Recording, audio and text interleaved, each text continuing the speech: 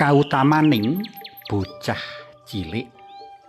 Panglimbang 5 menit dina Selasa Kliwon tanggal 11 Agustus taun 2026 kapetik saka Injil Matius bab 18 ayat 1 tekan 5 katerusake ayat 10 katerusake ayat 12 tekan ayat 14. Ana bocah cilik loro padha dolanan plorotan ning res area ngarep biaraku. Bocah-bocah mau padha nyuntak kabungane kanthi ngguyu pating cekakak. Weruh aku teka, bocah-bocah mau padha leren njur nyedhaki aku. "Lik, angsal nggih, kula kalih Evan dolanan plorotan temriki," kandhane. "Oleh wae, ning aja do dirusake lho ya." "Omahmu ngendi to, Le?" wangsulanku aweh palilah. "Kula saking kampung Srebet Kidul niku."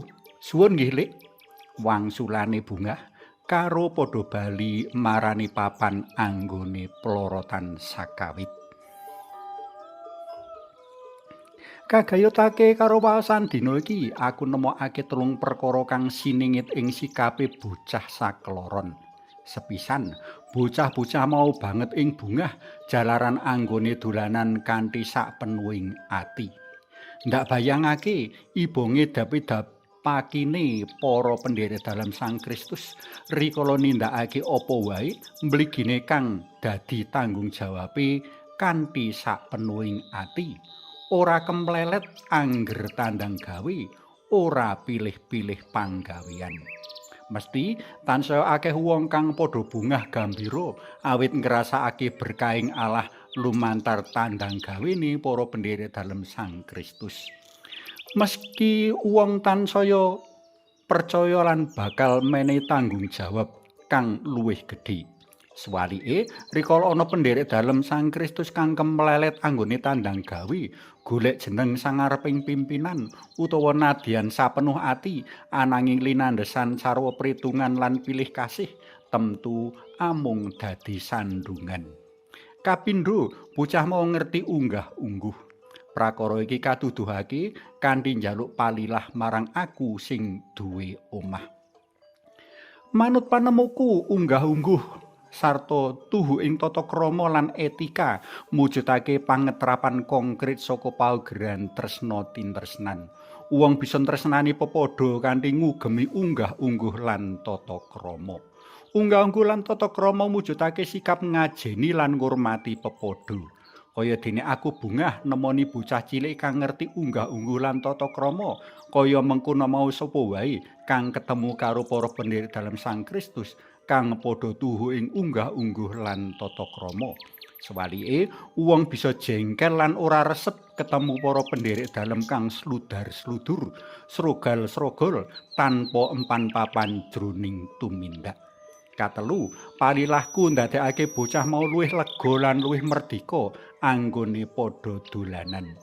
Nyuwun palilah marang kang kawugan uga mujudake pangetrapan saka pakon tresna tintresnan. Nyuwun palilah nuduhake sikap andhap asor lan ngrumangsani ora duweni ananging butuh. Ing prakara tartamtu nyuwun palilah ateges ngluarake diri saka prasangka sarta tindak ora prayoga, umpamane dirasani, dicelatu, disrengeni lan liya-liyane. Bisa wae sikap celangkrak ora njaluk palilah ngembet marang wong tuwa, lembaga enggo pasamuan suci. Rak ngisini-sini to nek ngono kuwi. Para sedherek palem kinasih, saiki giliran panjenengan nambahake refleksi pengalaman pribadi utawa pengalaman srawung bocah cilik kaya kang kakersakake dening Gusti Yesus. Sebab sikap lan pengalaman pribadi srawung bocah cilik ora bakal piguna apa-apa tanpa kamaknai mligine sacara rohani. Temen, sapa kang ora martobat lan dadi kaya bocah cilik iki, kowe ora bakal lumebu ing kratoning swarga.